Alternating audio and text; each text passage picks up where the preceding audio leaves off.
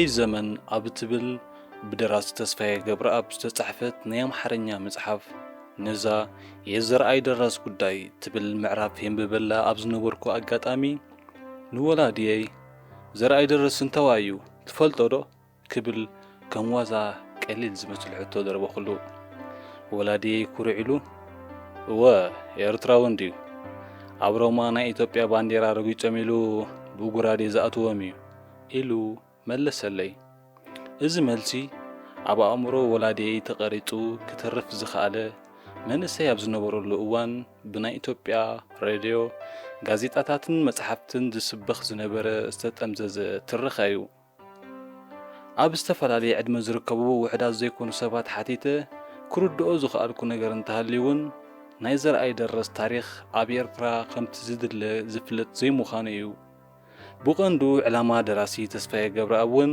ዝተጠምዘዘ ታሪኽ ግቡእ ቦትኡ ንምትሓዝ ካብ ብዙሓት መጽሓፍቲ ምርኩስ ብምግባር ዘዳለዋ መጽሓፍ ምዃኑ ብምግንዛብ ህዝብና ክፈልጦ ኣብ ናተይ ዕድመ ዝርከቡ መንእስያት ድማ ኣቦታትና ዝድለይሉ ናይ ገርህነት እምነት ኩርዓትን ትብዓትን መንነት ኣብ ሓደ ንግሆ ዝነጥበ ዘይምዃኑ ዘመናት ዝሰገረ ፍሉይነትናን ድምቀት ጽባቐታትናን ሰረቱ ካብ ቀዳሞት ዝተወርሰ ምዃኑ ብዝግባእ ንምርድኡ ታሪኽ ዘርአይ ደረስ ካብቲ ብዙሕ ምርኩስ ክኾነና ይኽእል እዩ ካብ ዝብል እምነት እዩ ስለዚ ደራሲ ተስፋዬ ገብረኣብ ስለቲ ዓብ ኣበርክትኡ እናመስገና ነዛ ኣብ ክልተ ክፋላት መቂልና ነቕርበልኩም ዛንታ ኤርትራዊ ዘርአይ ደረስ ሼር ላይክ ከምኡውን ሳብስክራይብ ብምግባር ተኸታተልቲ መደብና ክትኮኑ ንምሕፀን روبيل يمانه يقنصلت تاريخ يقنصلت مهدك وسكي ترادر حقኛ ታሪኽ ዘርአይ ደረስ ደራሲ ተስፋዬ ገብረኣብ ተርጓሚ ሮቤል የማነ ቀዳማይ ክፋል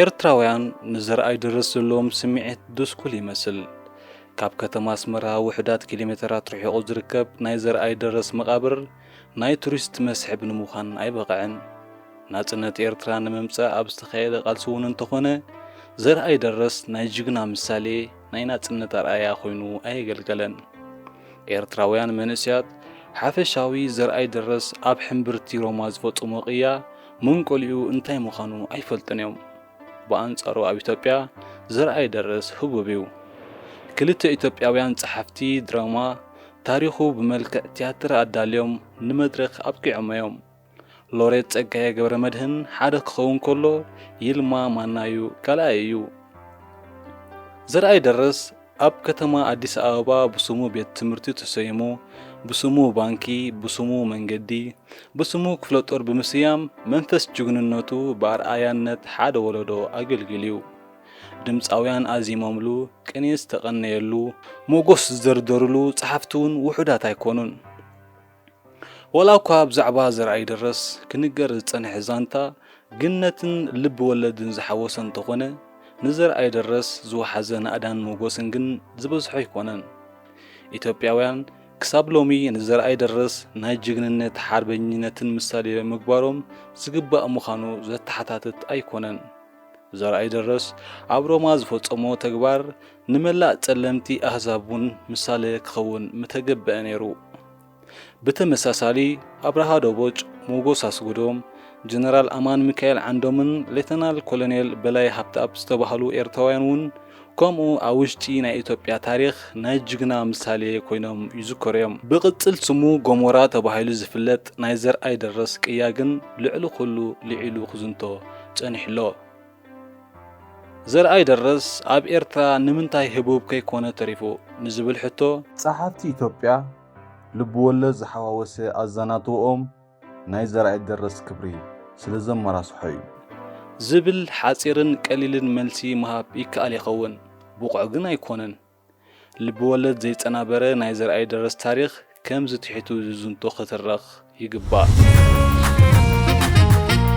يقنصلت تاريخ يقنصلت مهدك وسكي ترادر ዘርአይ ደረስ ጓንጉል ብ1916 ቀደም በአውራጃ ሰራይ ኣብ ዝፍለጥ ዓዲ ሓይስ ኣብ ዝተባህለት ቁሸት ተወልደ ሓደ ሓውን ሓንቲ ሓፍትን ነበሮ ወላዲኡ ኣብዛ ንስራሕ ዝሰፈርዋ ቁሸት ምስ ዓረፉ ሙሉእ ስድራ ቤቱ ናብ ናይ ኣቦኡ መበቆል ዓዲ ሃዘጋ ተመልሱ። ዘርኣይ ምስ ስድርኡ ናብ ሃዘጋ ክጓዓዝ ቆልዓ 2 ዓመት ነበረ። ከምኡ ብምዃኑ ነብሱ ዝፈለጠላ ናይ ንእስነት ዝኽሩ ሃዘጋ ንምዃን በቕዐት። ሃዘጋ ካብ ኣስመራ 17 ኪሎ ሜትር ርሒቓ ትርከብ ቁሸት ኮይና ብሓያለ ጥንታዊ ታሪኻ ጉኑን ስም ኣለዋ። ዕድሚኡ እንዳወሰኸ ምስ ከደ ምስ ምዕባይ ሓዉ ተስፋጽዮን ደረስ ኣስመራ ብምኻድ ቤት ትምህርቲ ቪክቶርያ ኣማኑኤል ሳልሳይ ናይ መምሃር ዕድል ገጠሞ። ዘርኣይን ምዕባይ ሓውን ነዚ ናይ ትምህርቲ ዕድል ክረኽቦ ዝኽኣሉ ሓረግ ትውልዶም ምስ ራእሲ ወልደ ሚካኤል ሰሎሞን ስለ ዝተሓሓዝ ነበረ። ምምሕዳር ኢጣልያ ንደቂ ሽማሙንቲ ዕድል ትምህርቲ ብቐዳምነት ይህብ ነበረ። እቲ ዝወሃብ ውሱን ደረጃ ትምህርቲ ሃይማኖት ዝሓወሰ ስለ ዝነበረ ዘርኣይ እምነቱ ናብ ካቶሊክ ክቕይር ተገደደ። ዘርኣይ ኣብ ናይ ንእስነት ዘመኑ ብባህሩ ስቕተኛ ምንባሩ ይንገር። ኣብ ምድብ ትምህርቱን ብናይ ቋንቋ ክእለት ምስጉን እኳ እንተነበረ ዝምባሊኡ ናብ ሃይማኖት ምንባሩ መምህራኑ ይዝክሩ። ኣብ 17 ዓመት ዕድሚኡ ማለት ብ1932 እቲ እዋን ዝፈቕዶ ትምህርቱ ዛዘመ። ዘርኣይ ደረስ ኣብ ከተማ ኣስመራ ህይወቱ ከም ኩሉ ዜጋ ኣብታ ከተማ ዝርአ ናይ ኢጣልያ ዓለተኛ ኣገዛዝኣ ክዕዘብ ከኣለ። እዚ ናይ ዘርኢ ፍልሊ ብፍላይ ኣብ ሲኔማታትን ናይ ቲያትር ኣዳራሻትን ኣብ ሆቴላት ኣብ ባራትን ከምኡውን ኣብ ኣጠቓቕማ ኣውቶቡሳትን ጎሊሑ ይርአ ነበረ። ማለት ኣውቶቡስ ክሳፈሩ ከለዉ ናይ ኢጣልያውያንን ናይ ጸለምትን ሰፈር ኣብ ውሽጢ እታ ኣውቶቡስ ብመጋረጃ ዝተጋረደ ነበረ። ኣብ ባራት እውን መስተይኦም ፍልሊ ነበሮ። ንኣብነት ሻሂ ምስ ዝእዘዝ ንኢጣልያውያን ብብርጭቆ ንኤርትራውያን ብብኒኬሊ ዝተሰርሐ ጣሳ ይወሃቦም። ኤርትራውያን ብድሕሪት ክስተናገዱ ከለዉ ክፍሊት ግን ተመሳሳሊ ነበረ። ዘርኣይ ደረስ ኣብ ሃይማኖታዊ ትምህርቲ ሰባት ኩሎም ማዕረ ናይ እግዚኣብሔር ፍጡራን እዮም ምስ ዝብል ኣስተምህሮ ዝጋጮ ናይቲ ፋሽስታዊ ምምሕዳር ካብ ምዕዛብ ሓሊፉ ናይ ምቁዋም ዝምባለ ረኣየ። ካብ ዓዲ ወግሪ ናይ ካፑቺኖ ማሕበር ናይ መንፈሳዊ ተምሃሪ ኣብ ዝነበረሉ ግዜ ናይቲ ፋሽስታዊ ስርዓት ዓሌታዊ ምምሕዳር ኣልዒሉ ንመምህሩ ሞገቶ። በዙ እውን ክሳብ ምክሳስ በጽሐ። ኣብ ትሕቲ ክትትል ምእታው እውን ሓበሬታ የመላኽቱ። ዓዲ ወግሪ ናይ ካፑቺኖ ማሕበር ቀሺ ንምዃን ዝጀመሮ ትምህርቲ ንምቁራጽ ዘብቅዖ ምኽንያቱን ብዘልዕሎም ሕቶታትን ናይ ፖለቲካ ዝምባልኡን ነበረ። ብ1935 ብምምህርና ተመዲቡ ኮረም ከደ። እቲ እዋን ኢትዮጵያ ኣብ ትሕቲ መግዛእቲ ኢጣልያ ዝተታሕዘትሉ ግዜ ነይሩ። ዘርኣይ ኣብ ኮረም 1 ዓመት ምስ መሃረ ስርሑ ብምግዳፍ ሃዘጋ ተመሊሱ ምስ ወላዲቱ ተቐመጠ። ቀጺሉ ብናይ ኣዲኡ ድፊኢት ተመርዓወ። ብሰነ 1936 ካብ ሰገነይቲ ኣለማሽ ዝተባህለት ጎርዞ ተመሪዑ ናይ ንእስነት ግዚኡ ኣብ ሃዘጋ ኣሕለፈ። ስራሕ ኣይነበሮን። ካብ ሃዘጋ ናብ ኣስመራ ብብሽክለታ እንዳተመላለሰ ኣብ ከባቢ ቤተክርስትያን ይውዕል ነበረ። ዘርኣይ ካብ ሃዘጋ ናብ ኣስመራ ኣብ ዝመላለሰሉ ብ1936 ዶክተር ኣባ ገብረ ኢየሱስ ሃይሉ ዝተባህሉ ቀሺ ብላዕለዋይ ሓለዋ ንዝቆጻጸርዎ ናይ ገብረ ሚካኤላውያን ማሕበር ፕሬዚደንት ኮይኑ ተመርጸ። እቲ ማሕበር ፖለቲካዊ ኣቃውማ ነይርዎ እንተተባህለ ንእግረ መንገዲ እዩ ዝንገር ነይሩ። እዚ ድማ ብዓይነ እግዚኣብሔር ወዲ ሰብ ኩሉ ማዕረ እዩ ንዝብል ጥቕሲ ትኹረት ምግባር እዩ። ካብዚ ብዝሓለፈ ናይ ገብረ ሚካኤላውያን ማሕበር ገና ኣብ ምምስራቱ ዝፈሸለ ኮይኑ ኣብ ውሽጢ ታሪኽ ክጥቀስ ዝኽእል ተግባር ኣይፈጸመን። ዘርኣይ ደረስ ናይቲ ማሕበር ፕሬዚደንት ምስ ኮነ ኣብ ውሽጢ ውሕዳት ኣዋርሕ ካብ ኣመሓዳሪ ኤርትራ ጻዊዕት መጾ። እቲ ዝኾነ ከምዚ እዩ። ኣብ መፋርቕ 1936 ኣመሓዳሪ ኤርትራ ዳወድያችን ዘርኣይ ደረስ ኣብ ከተማ ኣስመራ ኣብ ዝርከብ ቤት ጽሕፈት ተቐቢሉ ንናይ ቋንቋ ክእለቱ ብዝምልከት ሕቶታት ኣቕረበሉ። ዘርኣይ ቋንቋ ትግርኛ፣ ቋንቋ ጣልያን፣ ዓረብን ኣምሓርኛን ከም ዝኽእል ሓበረ። ኦሮሞ ወይ እውን ኣገው ወይ ከዓ ሶማል ዝኽእል እንተኾይኑ ተሓቲቱ ከም ዘይክእል መልሲ ሃበ። ብምቕጻል ናይ ምትርጓም ስራሕ ክወሃቦ ምዃኑ ተነግሮ። بوتا سرحو إيطاليا روما بيت صحفت منستر أبتعت مجزات إيطاليا زلوا حجرات مخانون سرحو كاب أمحارنيا ناب قامقا إيطاليا مترجم كم زقنا قالت قالوا زرعي درس نزرخبونا يسرح عدل بدستا كم استقبلوا زترات رايكونن نزن يسرح عدل أبزرخبو لجزء بعل حدار جنك أسرح ألبون بره دحر وعدات سامنتات زرعي درس نبرو ما توعزو أبوتا سرحو ترغبه أبز قصل سامنتات وعلؤون إيطاليا إيدوم كابزهابو ناي هاتسأي حيل سلاسة دجازماچات كونه قالاتهم بأمحارنيا እንዳተቀበለ ፍረ حسابو ጸሚቁ ናብ ቋንቋ ጣልያን ብምትርጓም ንመንግስቲ ሞሶሊኒ መቅራብ ዕለታዊ ስርሑ ኾነ ዘርአይ ቃላቶም ካብ ዝተቀበሎም ሽማምንቲ ገለ ደጃዝማች ገሰሰ ደጃዝማች በልሁን ቦሮምብራስ ገዝሙን ይጥቀሱ ሽማምንቲ በመንገድ ዘርአይ ደረስ ኣብዝሃዋ ቃል እዚ ዝስዕብ ይጥቀስ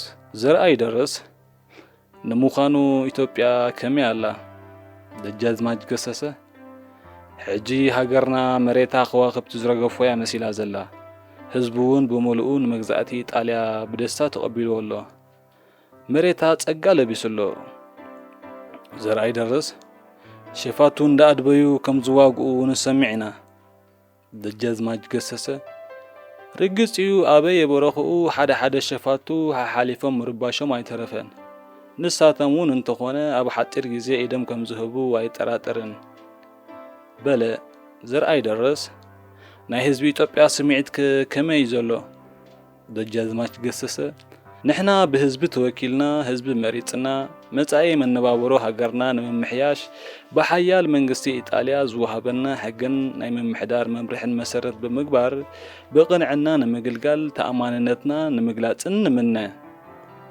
ዘርአይ ደረስ ናይ ሮማ አቀባብላኹም ከመይ ረኺብኩሞ ደጃዝማች ገሰሰ ዝጎደለና የለን ሮማ ካብ ንመጻእት ሒዙ ጽባቐ ከተምኡ ዘንጸባርቕ መንገዱን መናፈሻታትን ብሓቂ ብጥበብ እግዚአብሔር እምበር በአእምሮ ወዲ ሰብ ተሓሲቡ ዝተሰርሐ ይመስልን ንሕና ንሃገርና ሓንቲ ነገር ከየፍረና ዘመን ሓሊፉ ሕጂ ግን ብርሃን ክወጸልና ወገግታ ዓሪፉና ኣሎ በረምብራስ ገዝሙ ብወገኑ ኣብ ዝሃቡ ቃል ሃገርና ሕማማ ጠሪጋ ምሰውፀት ከም ሮማ ስልጥንቲ ተኾነሉ ዘመን ንኽመጽእ ትምኒትናን ጸሎትናን እዩ ካልእ ገዛኢ ኣይንደለን ኢና በዚ መልክዕ ብዘርአይ ደረስ ገይሮም ቃላቶም ካብ ዝሃቡ ናይ ኢትዮጵያ ፊዩዳላት ስድራ ቤት ራእሲ መንገቻ ስዩም ይጥቀሱ ዘርአይ ደረስ ኣብ ናይ ኢጣልያ ጻንሕቱ ብመንግስቲ ሚሶሊኒ ብዝሓሸ ክብሪ ዝተሓዘ ሰብ ምንባሩ ይፍለጥ ማለት ብደረጃ መነባብሮ ብምቾት ዝተሓዘ እዩ ነይሩ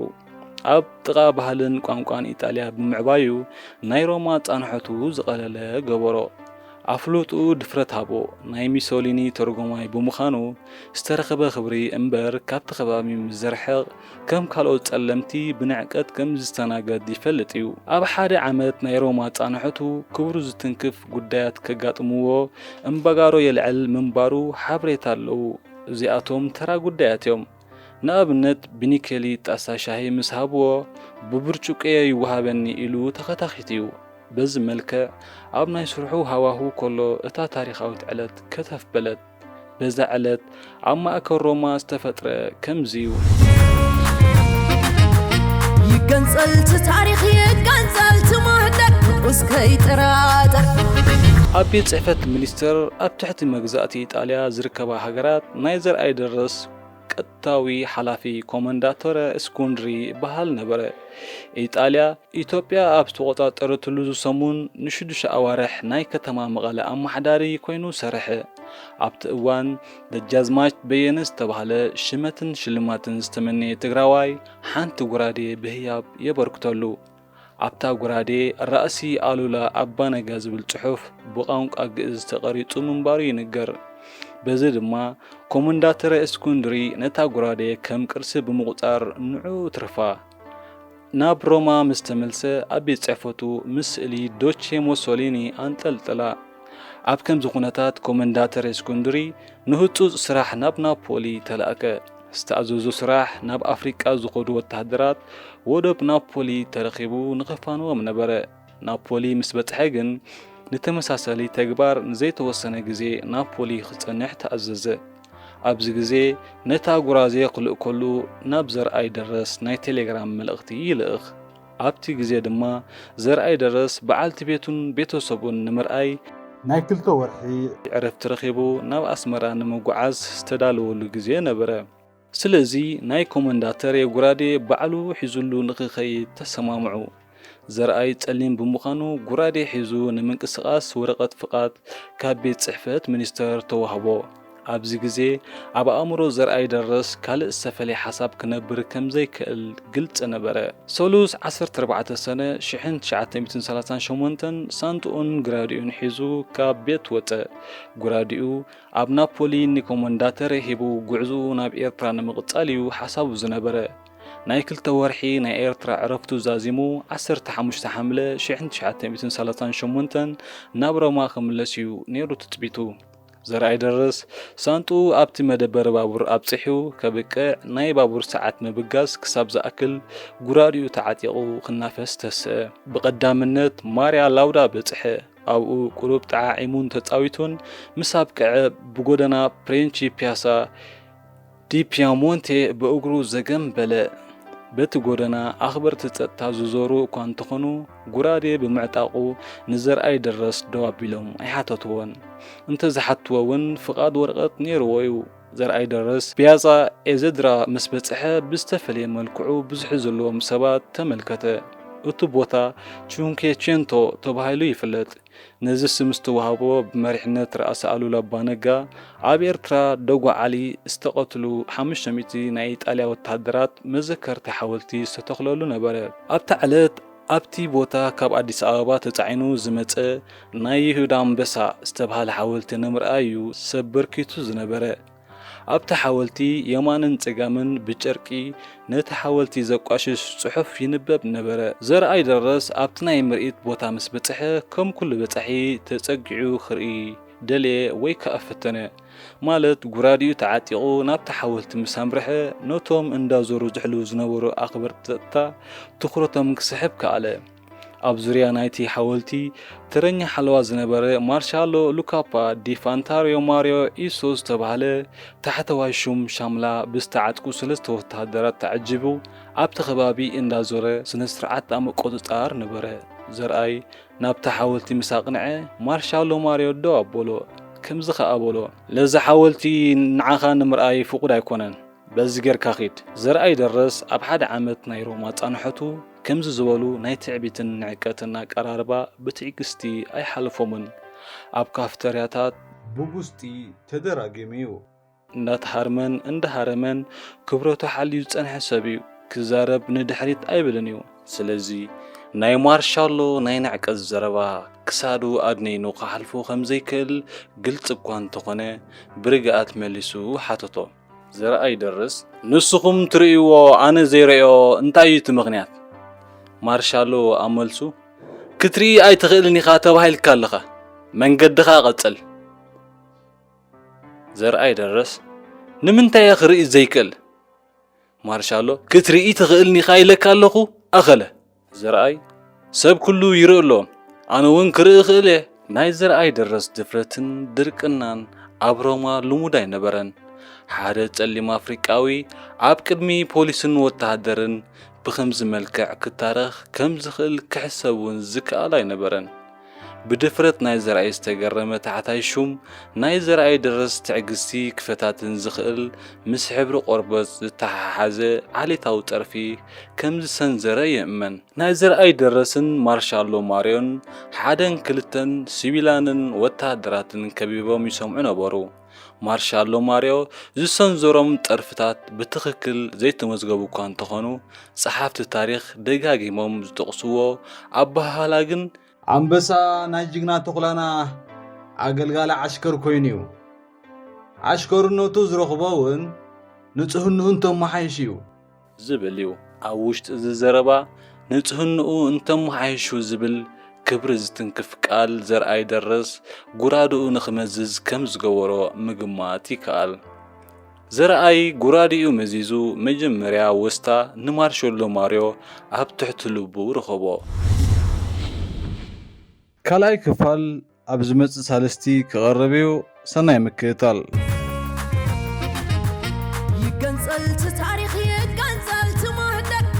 كيترا